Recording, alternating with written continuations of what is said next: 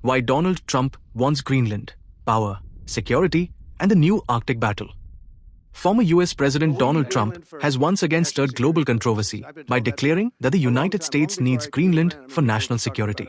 This time, the statement is not just rhetorical. Trump has appointed a special envoy to Greenland, signaling that Washington's interest in the world's largest island is becoming more direct and more assertive. The move has triggered sharp reactions from Denmark and Greenland, both of which have categorically rejected any suggestion that Greenland could be acquired, annexed, or pressured into alignment with the United States. So why does Greenland matter so much to Donald Trump? And why is the Arctic rapidly becoming one of the most contested geopolitical spaces in the world? To understand this, we must look beyond headlines and into geography, military strategy, global power shifts, and the future of international order. Greenland's strategic geography. Why location matters. Greenland's importance begins with where it sits on the map.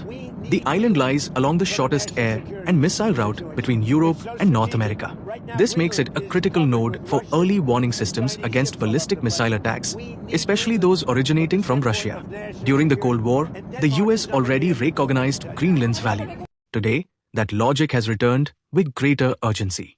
One of the most sensitive maritime zones in the world runs through the waters between Greenland, Iceland, and the United Kingdom, known in military terms as the Gugh Gap.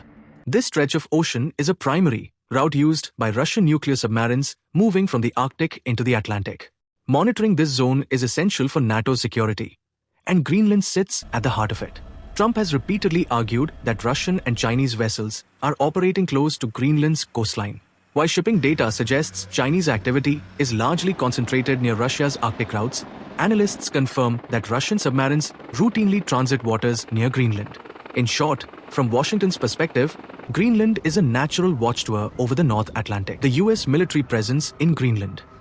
Greenland is also rich in natural resources. The island holds deposits of rare earth minerals, oil, and natural gas, resources critical for modern technologies, renewable energy, and defense manufacturing. However, development has been slow. Harsh climate conditions, environmental concerns, and political sensitivities have limited large-scale mining. Trump has publicly downplayed minerals as the main motivation, insisting the issue is security. But analysts believe resources are part of the long-term calculation, especially as global competition over rare earths intensifies. China currently dominates rare earth supply chains.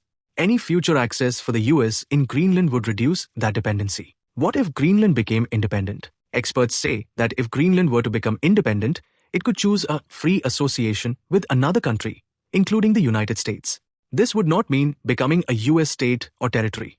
Instead, Greenland could receive financial support and security guarantees in exchange for military access, similar to arrangements the US has with Pacific island nations like Micronesia, Palau, and the Marshall Islands. However, legal scholars stress that this decision must come solely from Greenland's people. Trump's earlier suggestion that the US could simply buy Greenland was widely criticized as a misunderstanding of international law and self-determination. The bigger picture, what this really means. Trump's Greenland push is about more than an island. It reflects a world where geography is regaining importance, where great powers are competing openly, and where climate change is reshaping strategic maps. The Arctic is no longer a frozen backwater. It is becoming a frontline of global rivalry. For the United States, Greenland represents security, surveillance, and strategic depth. For Denmark and Greenland, it represents identity, sovereignty, and self-determination. For the world, it raises a critical question.